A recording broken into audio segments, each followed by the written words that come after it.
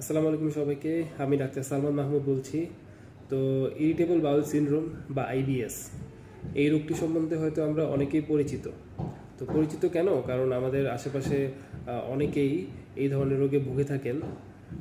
এই রোগটি সম্বন্ধে যদি আমি এক কথায় বলতে চাই, সেটা হচ্ছে আমাদের পরিপাকতন্ত্রের যে এক ধরনের মানসিক রোগ হয়, এই রোগটাকেই আইবিএস বলা হয়।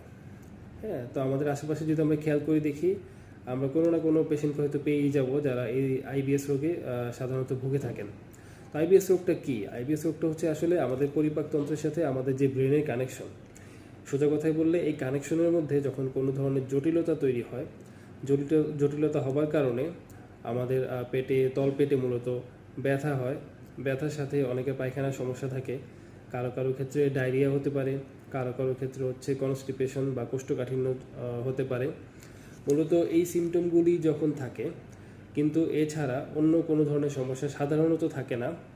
এবং যখন আমরা এই ধরনের রোগীগুলোকে কোনো পরীক্ষা নিরীক্ষা করি, যেমন আমরা যদি কোনো আলট্রাসোনোগ্রাফি করি বা কোনো ধরনের লিভারের পরীক্ষা করি বা রক্তের পরীক্ষা করি, ওই পরীক্ষাগুলোর মধ্যেও আমরা এই পেট ব্যথার বা তার যে পায়খানার সমস্যা, সেটা ডায়রিয়া হতে পারে অথবা কোষ্ঠকাঠিন্য হতে পারে, এই সমস্যাগুলোর কোনো কারণ খুঁজে পাই না। যখন এই সিমটমগুলি রোগীর থাকে এবং পরীক্ষা নিরীক্ষার মধ্যে কোনো ধরনের কারণ খুঁজে পাওয়া যায় না, তখন আমরা এই রোগটাকে আইবিএস বা ইরিটেবল বাওয়েল সিনড্রোম হিসেবে ডায়াগনোসিস করি। তবে আমাদেরকে খেয়াল রাখতে হবে, এই সিমটমগুলোর সাথে যদি অ্যাডিশনাল কোনো ফিচার থাকে, যেমন ওই রোগীর বয়স যদি 50 বছর বয়সের বেশি হয়, বা রোগীর যদি রাতে রাতে এই সমস্যাটা বেশি হয়, বা রোগীর যদি ওজন কমে যেতে থাকে, পায়খানার সাথে রক্ত যায়, সেই ক্ষেত্রে এই আইবিএসের সাথে যদি এই অ্যালার্মিং ফিচারগুলো আমরা পাই, তাহলে এটা খুব কনসাসলি দেখতে হবে এবং এর পেছনে অন্য কোনো কারণ সম্ভবত আছে কি না সেটা খুঁজে বের করার জন্য চেষ্টা করতে হবে।